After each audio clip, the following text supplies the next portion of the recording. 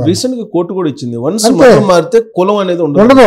మతం మాత్రమే కాదు, అన్య మతస్థులను చేసుకున్నా కూడా అదే వచ్చేస్తుంది పిల్లలకు కానీ వాళ్ళకు కూడా మతం పోతుంది. ఇప్పుడు ఎందుకు జగన్మోహన్ రెడ్డి గారు చాలా వ్యూహాత్మకంగా ఎన్నికల ముందు కూడా క్లాస్ వార్ అని చెప్పి ప్రయత్నం చేశారు. ఇప్పుడు అది క్రియేట్ చేసే ప్రయత్నం 100%. దాంట్లో అనుమానం ఏముంది? ఇప్పుడు ఎవరైతే దళిత కార్డు వాడుకుంటా మీరు అవునన్నా కాదన్నా మనం కొన్ని బహిరంగంగా మాట్లాడుకుని తీరాలండి. దీంట్లో అయ్యో ఏమవుతుంది ఇది అని భయపడాల్సిన పని ఏమీ లేదండి. ఇవాళ భారతదేశానికి పెద్ద థ్రెట్ ఏంటంటే మనం ముస్లింలు అనేది అంటున్నాం, కానీ ముస్లింల కంటే కూడా సైలెంట్గా ఎక్కువ ప్రమాదకరంగా ఏం జరుగుతుందంటే క్రిస్టియన్ మిషనరీ చేస్తున్న దుర్మార్గమైన మత కన్వర్షన్స్ చాలా ప్రమాదకరంగా మారినాయి. వీళ్ళందరూ ఏం చేస్తున్నారు? ఈ దళితులుగా ఉన్న వాళ్ళందరూ కూడా చాలామంది వాళ్ళు పెట్టే ప్రలోభాలకు లోనైపోయి మతం మారుతున్నారు. మతం మారిన తర్వాత ప్రతి చర్చిలోనూ వీళ్ళ పేర్లు వేరుగా రికార్డులో ఉంటాయి, కానీ బయట సుబ్బారావు, కృష్ణయ్య, మల్లయ్య, పుల్లయ్య అని హిందూ పేర్లతో సేల్ అవుతూ ఉంటారు. ఇది తప్పు. నిజంగా వాడు కనుక మతాన్ని నమ్మి యేసు ప్రభు మీద ప్రేమ ఉంటే నువ్వు మతం మారి ఎవరం కాదంటలా. అక్కడికి వెళ్ళినప్పుడు ఆ మతంకి సంబంధించి నీ పేరు మార్చేసుకుని రికార్డులో కూడా అదే పేరుతో నువ్వు సేల్ అవు. యేసోబు అని ఏదైనా రకరకాల డేవిడ్ అని జానీ అని ఏదో ఉంటాయి, ఆడ మతం పేర్లు ఉంటాయి, ఆ పేర్లతో పిలుచుకోండి. జాన్ విక్టర్ అని ఆడు క్రిస్టియన్, వాడి తాత మతం మారినా వాడి తండ్రి మతం మారిన నీటిది అదే వస్తుంది, కానీ మా తాత మారాడు కానీ నేను మారలేదు కాబట్టి నేను దళితుండే కుదరదు. వీళ్ళందరూ కూడా ఇంటోనే యేసు ప్రభు ఫోటోలు పెట్టుకుని చేసేదేమో చర్చిలో ప్రార్థనలు ఆదివారం వస్తే నువ్వేమో దళిత కార్డు పెట్టుకుని మా ఇష్టానుసారం మాకు హక్కులు ఉన్నాయి, భారతదేశంలో రాజ్యాంగం ఇచ్చిన హక్కులు అని చెప్పి అంబేద్కర్ గారి పేరుని చెడగొట్టడం కోసం అంబేద్కర్ గారి కీర్తికి మసకబారే విధంగా వీళ్ళు చాలామంది ఈ రకంగా ప్రవర్తిస్తున్నారు. సో విచిత్రమైన పరిణామం ఏంటంటే ఒక నేరస్తులాగా చూడకుండా కులాన్ని మతం అంటే ఈ నేరస్తులే కదా, హంతకులు కదా వీళ్ళందరూ. ఈ కుటుంబం హంతక కుటుంబం కదా, ఏ గూటి పక్షులు ఆ గూటికి చేరుతాయి. సామెత నవరత్నాలన్నీ ఒక పక్కకి చేరితే నత్తకొల్లన్నీ ఒక పక్కకి చేరుతాయని సామెతలు ఉంటాయి. ఇవన్నీ కూడా అదే భావజాలం. ఎటువంటి భావజాలం కలిగిన వాళ్ళు అటువంటి భావజాలం కలిగిన వాళ్ళు ఆదరిస్తారు, అభిమానిస్తారండి. ఒక ఉన్నతమైన వ్యక్తిత్వం ఉంటే మనుషులు కూడా ఉన్నతమైన భావం కలిగిన వాళ్ళు ఆయన గౌరవించి అభిమానిస్తారండి. ఈ తాగుబోతు, గంజాయి బ్యాచి, వ్యభిచారులు, అసాంఘిక శక్తులు ఎవరిని గౌరవిస్తారు?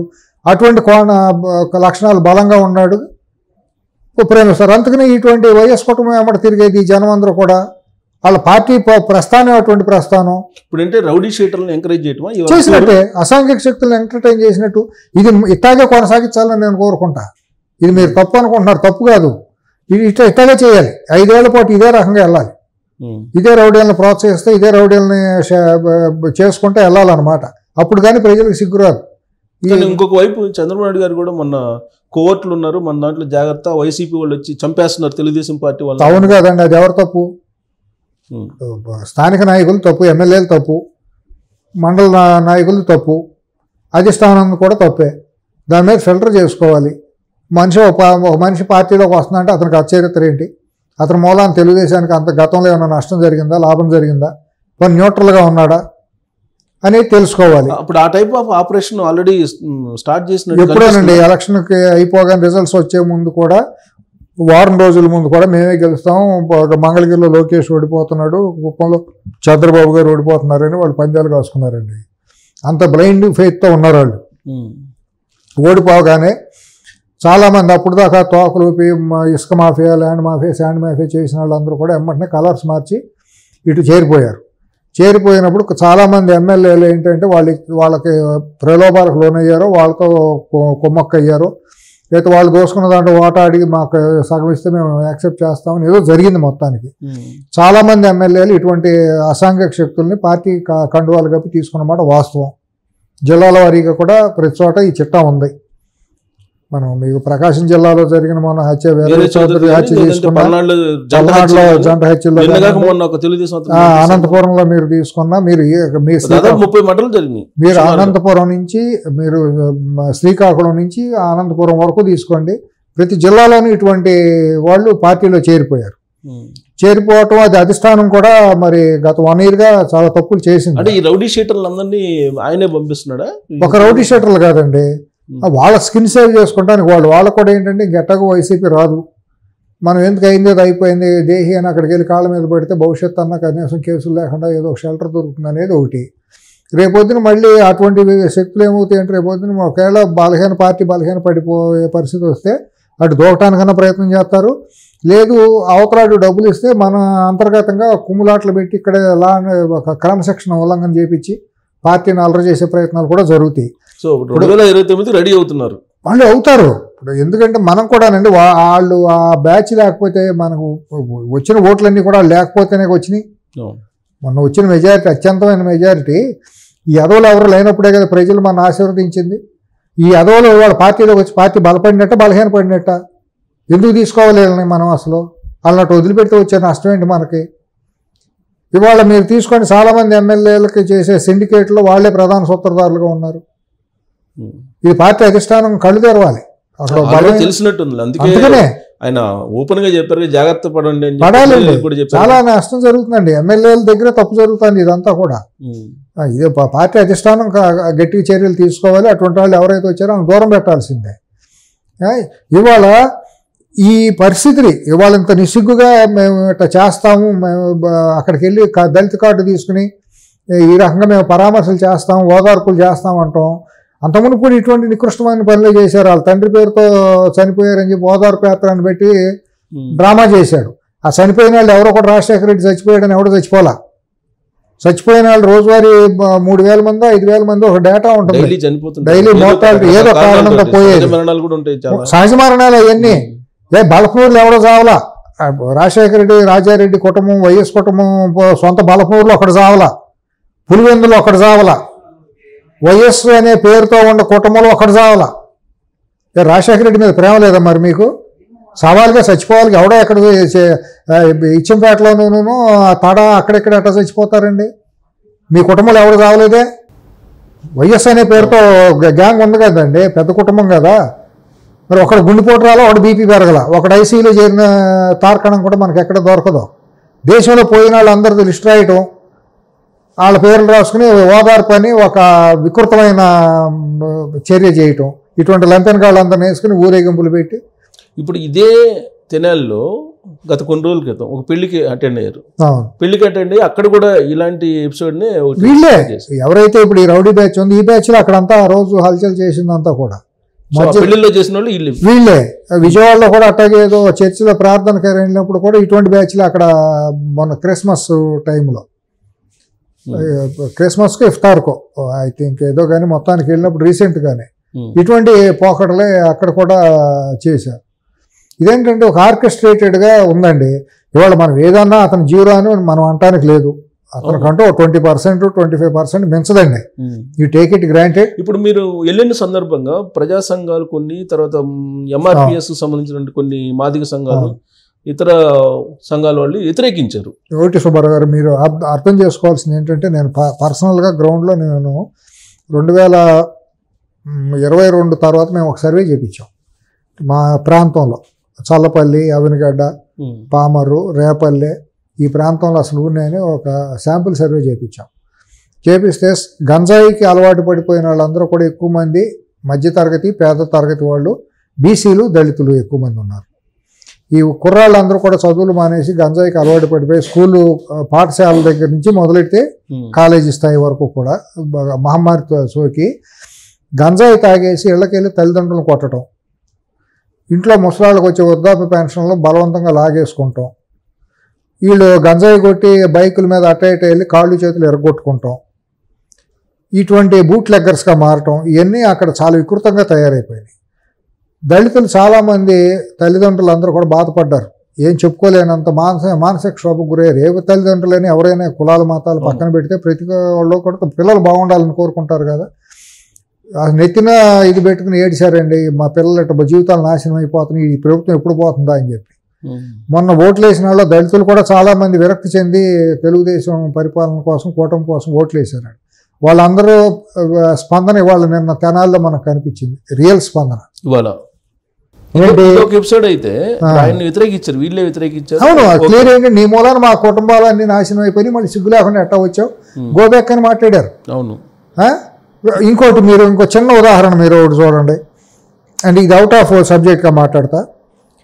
వైసీపీ ప్లేనరీని ఏదో తగలబెట్టుకున్నారు కదా, పెట్టినప్పుడు చంద్రబాబు గారి బొమ్మని, పవన్ కళ్యాణ్ గారి బొమ్మని బయట బొమ్మలు పెట్టి కాళ్ళతో తన్నించడం, గుద్దించడం, చాలా నీచంగా ప్రవర్తించారు కదా. మా అనంతపురంలో అక్కడ కాళ్ళతో తన్నిచ్చి ఎలక్షన్ ముందు అంత నికృష్టంగా వికృతంగా ఇంకెవడన్నా చేస్తాడు సంస్కారవంతుడు ఎవరన్నా భారతదేశంలో పొలిటికల్ ఏరియాలో మీకున్న 40 ఏళ్ల జర్నలిజం అనుభవం ఎక్కడ చూసారా? 20-30 ఏళ్ళ జర్నలిజం అనుభవం ఎక్కడన్నా చూసారా? ఆశయ హిమాచల్ పర్యంతం. నిన్న అదే కడప జిల్లాలో మహానాడు పెట్టారు. ఎక్కడన్నా అసాంఘికంగా కానీ ఒక దుర్భాషలాడటం కానీ ఒక దిష్టి బొమ్మ తగలబెడతాం కానీ ఎక్కడ చూసారు మీరు? అసలు జగన్మోహన్ రెడ్డి గారి ప్రస్తావన కూడా తక్కువే వచ్చింది. అసలు అది కూడా రావడానికి ఇష్టం లేదు నాకు. ఎందుకు అక్కడికి వెళ్ళి అటువంటి మాట్లాడారు, అది కూడా మాట్లాడటం నాకు ఇష్టం లేదు. ఎందుకంటే మాట్లాడాల్సిన అంశాలు చాలా ఉన్నాయి. కానీ పార్టీ యొక్క సంస్కృతి చెబుతున్నా నేను. తెలుగుదేశం పార్టీ వాళ్ళు కార్యకర్తలు వాళ్ళు ఆవేశం తక్కువ వాళ్ళు ఏం కాదు. వాళ్ళు మంచి నిబద్ధత కలిగిన కార్యకర్తలు కదా. వాళ్ళు చేయదలుచుకుంటే 100 దిష్టి బొమ్మలు తగలబెట్టవచ్చు. ఎవరన్నా చేశారా? క్రమశిక్షణ ఎక్కడన్నా ఉల్లంఘన జరిగిందా? ఎక్కడన్నా అసభ్యంగా మాట్లాడారా? అక్కడ అరుపులు అరవచ్చు కదా. జగన్ రారా ఆరే ఒరే అని అనవచ్చు కదా. ఎవరు మాట్లాడాల? చాలా హుందాగా వాళ్ళు ఫంక్షన్ చేసుకున్నారు, బయటకు వచ్చేసారు. అదొక్కటి తెలుస్తుంది ఆ పార్టీ యొక్క భావజాలం ఎట్లా ఉందో, అటువంటి వాళ్ళు ఎటువంటి వాళ్ళు అని చెప్పి. ఇవాళ ఇక్కడ తెనాలకు వచ్చేటప్పటికి బహిరంగంగా ఇవాళ యొక్క దళిత వర్గాల యొక్క నిజస్వరూపం అంటే ఈ పార్టీ వైసీపీ మీద వాళ్ళు అసలు ఎంత అసహ్యంగా ఏహ్యంగా ఉండారు అనేది అదొక రిఫ్లెక్షన్ ఇవాళ. ఎందుకంటే వాళ్ళలో గొప్ప పరివర్తన ఏది మన పిల్లలు నాశనం అయిపోతున్నారు, మన పిల్లల భవిష్యత్తు బాగుండాలి. వీడి మూలాన మన పిల్లలందరూ బజార్ను పడిపోయారు. లేకపోతే ఎందుకంటే చక్కగా ఇంజనీరింగ్ చదువుకుని విదేశాలకు వెళ్ళొచ్చు, లేదా సాఫ్ట్వేర్లకు వెళ్ళొచ్చు, లేకపోతే ఇంకో ఉద్యోగ ఉపాధి దొరికి బాగుపడాలి. కానీ ఎవరండి నిన్న మైలవరం పెళ్లికి వెళ్తా అంటే చిన్నపిల్లడు అండి, ముప్పచ్చలాన్న పిల్లలు సైకిల్ దొక్కుంటా అంటే సైకిల్ లాక్కుని గాల్లో తిప్పేసి ఎరగదీసి ఏంది అంతకంటే నికృష్టం ఉండా కొడుకులాడ మనిషి జన్మేనండి వాళ్ళదే. వాళ్ళ అబ్బాయి అంటే కదా ఆడి కొడుకు పెళ్లికి వెళ్తా అంటే ఆ జనాల స్వాగతం పలకటానికి వచ్చిన ఈ లంపెన్ గ్యాంగులు రోడ్డు మీద ఆడి కొడుకు పెళ్లికి ఆడొక అసాంఘిక శక్తి కృష్ణా జిల్లాకే సిగ్గుచేటాడు. ఆడి కొడుకు పెళ్లికి ఈ తాలకమాసిన వాళ్ళు వెళ్తా అంటే అక్కడ వచ్చినాడు పసిపిల్లడు అండి. ఆడు ఏ కులమో తెలియదు, ఏ మతమో తెలియదు, ఏ పార్టీ కూడా తెలియదు. పిల్లడు స్కూల్ 7-8 ఏళ్ల పిల్లడు సైకిల్ తొక్కుంటున్నాడు, బొమ్మ టాయ్ సైకిల్ అండి. ఆ కుర్రాన్ని పక్కకు తోసి సైకిల్ గాల్లో తిప్పేసేసి ఆ వికృతం పైశాచిక ఆనందం. అంతకంటే నికృష్టులు ఎవరు మీరేమో అలా భావిస్తున్నారు. సజ్జల రామకృష్ణారెడ్డి గారు ఏమో అదేదో సైకిల్ తీసుకుని అట్టంటే దాన్ని కూడా కేసులు పెట్టి లోపలేస్తున్నారు అని అన్నారు. అటువంటి వాళ్ళ గురించి నోటితో ఆనందం తినే వాళ్ళ గురించి మాట్లాడు చాలా మనుషులు. జర్నలిస్ట్ కదా ఆయన, బొంగులో జర్నలిస్ట్ తెలుసు, చరిత్ర అంతా తెలుసు. ఎంత గొప్ప జర్నలిస్టు ఎక్కడెక్కడ చేశాడు అన్నీ తెలుసు. సైకిల్ పట్టుకొని వేస్తేనే కేసులు పెట్టి లోపలేస్తున్నారు. ఇదేం అదే కదా మరి కొడుకుతో మరి ఎటువంటి పోస్టులు వేయించాడు? బుద్ధి జ్ఞానం ఉండాలి. ఒక జర్నలిస్ట్గా చేసినాడు, అతనికి ఒక విలువలు మొదటి నుంచి కొద్దిగా పద్ధతి అనే మనిషి నాకు తెలుసు. ఉదయంలో చేసినప్పటి నుంచి నాకు ఒక అవగాహన ఉంది. అంత దిగజారాల్సిన పని లేదు, అంత మోకాళ్ళ దండేసి ఇది చేయాల్సిన పని లేదు. జగన్ అనేవాడు ముందు నీకు వ్యక్తిత్వం ఉంది, నీకు ఒక తల్లిదండ్రులు ఒక రెస్పెక్ట్ ఇచ్చారు, ఒక కుటుంబంలో నీ అన్న మీరిద్దరూ ఒక ఎట్ట పెరిగారో మీకు తెలుసు. ఎందుకంత ఆత్మాభిమానాన్ని చంపుకోవాలి? మీరు ఒక రెడ్డి పూటకు పుట్టారు, ఒక గౌరవం గల కుటుంబంలో పుట్టారు, మీకు సెల్ఫ్ రెస్పెక్ట్ ఎక్కువ, ఒక పవర్ ఎంజాయ్ చేసే ఒక లెగసీ ఉన్నటువంటి రెడ్డి కమ్యూనిటీ అంటే ఇది కాదు కదండి. తరతరాలుగా మనం కొన్ని 100 సంవత్సరాలుగా చూస్తే వాళ్ళు రాజ్యాలు వెళ్ళిన చరిత్ర కదా. ఆత్మాభిమానం ఎక్కువ, వ్యవసాయంలో మంచి ఉద్దండులు, వ్యాపారంలో బాగా చేస్తారు, ప్రోగ్రెసివ్గా వెళ్ళేవాళ్ళు. అటువంటి వాళ్ళు కూడా ఇట్లా మాట్లాడటం ఎంత సిగ్గుచేటండి. సో ఆయన ఏమంటారంటే ఈ కేసులన్నీ ఇది బోరుగడ్డ అనిల్ మీద కానీ, నందిగం సురేష్ మీద కానీ, పిఎస్ రాజనీల్ మీద కానీ, వీళ్ళు తర్వాత కాకాని గోవర్ధన్ రెడ్డి మీద కానీ ఈ కేసులు మొత్తం బోగస్ కేసులు అంటాడు ఆయన. అంతేగాని వీళ్ళు చేసింది బోరుగడ్డ అనిల్ అనేవాడు టీవీలో మాట్లాడతా శ్రీధర్ రెడ్డి ఒరే నేను ట్రాక్టర్ కట్టి రోడ్డు మీద లాగుతాను అన్నాడు. వీడియోలో డైరెక్ట్ టీవీలోకి వచ్చి చంద్రబాబు గారిని, పవన్ కళ్యాణ్ గారిని, లోకేష్ని నోటుకు వచ్చినట్టు మాట్లాడాడు. వీళ్ళు కళ్ళు పోయినాయి. అప్పుడు అసలు ఎన్ని ఫేక్ కేసులు. ఆడు కాకాని గోవర్ధన్ అనేవాడు వెళ్ళి సిబిఐ అక్కడ కోర్టులో ఫైల్సే మాయం చేసిన కేసు ఉంది కదా, అక్కడ మైనింగ్ చేసిన ఇది ఉంది కదా, ఇవన్నీ కళ్ళు పోయినాయి వీళ్ళకి. వీళ్ళు కడుపు అన్నం తింటున్నారా? మాట్లాడి నోరేనది పాయికానా? ఏం భాష మాట్లాడుతున్నారండి? సభ్యతా సంస్కారం ఉండాలి కదా. చంద్రబాబు గారు మొదలు పెట్టారు, మేము తర్వాత రేపు చూస్తాం. వచ్చిన తర్వాత దురదృష్టం ఏంటంటే సుబ్బారావు గారు ఇటువంటి అదవుల గురించి ఇక్కడ డిబేట్ చేయడం నాకు చాలా సిగ్గు. అది కాదు కదా సమాజానికి. ఇప్పుడు మాట్లాడిన తర్వాత మళ్ళీ మేము వస్తే ఆయన మొదలు పెట్టాడు, బొంగొచ్చారు, వేరే రేంజ్ లో ఉంటుంది. బొంగొచ్చారులేండి. ఏంటి వచ్చారు చూసా, అన్ని చూసాం. రమ్మని చూద్దాం ఎక్కడికి వస్తారు ఏంటి వచ్చేది? వెళ్ళి బాత్రూమ్ కోటి రెండుకి వెళ్ళాలి. వీళ్ళు జీవితంలో వీళ్ళు మళ్ళీ రావటం అనేది అసంభవం. అది మీరు రాసి పెట్టుకోండి. ప్రజలంతా అమాయకులు, అజ్ఞానులు కాదు. ఆ ఉండేవాళ్ళు 20-25% అనేవాళ్ళు ఆ క్రిస్టియన్ మతాన్ని ఆచరించి ఎవరైతే ఇన్హెరెంట్గా కొన్ని వర్గాలకు వ్యతిరేకంగా ఉండారో నెగిటివ్ మైండ్స్ వాళ్ళందరూ. ఎందుకంటే వాళ్ళు పక్కాడు బాగా తింటే వీడు సహించలేడు, వీడు కష్టపడ్డాం, పక్కాడు తింటాం వీడు వారలేడు. ఈ ఫ్రీ బీస్ మీద బతికేసే గ్యాంగులు కొన్ని ఉంటాయి. వాళ్ళు వీటన్నిటికి అసహ్యంగా కొన్ని రోజులు ఉంటారు. వాళ్ళ పరివర్తన వచ్చినప్పుడు వాళ్ళు మారుతారు. ఇది తప్పు అని తెలుసుకున్నప్పుడు, తెలుసుకోలేనంత వరకు ఆవేశం ఉన్నట్టు ఉంటారు. అది ఎక్కువ రోజులు నిలబడదు. వాళ్ళు మ్యాక్సిమం వాళ్ళు కనుక పార్టీలు అరెస్ట్ కూడా చేయవసరం లేదండి. సిబిఐలు గీబీఐలు ఈ కేసులు కూడా లేదండి. కాలక్రమేణా ఆ పార్టీ అంతర్ధానం అయిపోతుందా, 10-15% ఓట్లు మిగిలిపోతుంది తప్పించి, ఎందుకంటే ఆ పార్టీ బతికి బట్ట కట్టడం అనేది మీరు రాసి పెట్టుకోండి వాళ్ళు డే టు టైం వేసుకుని.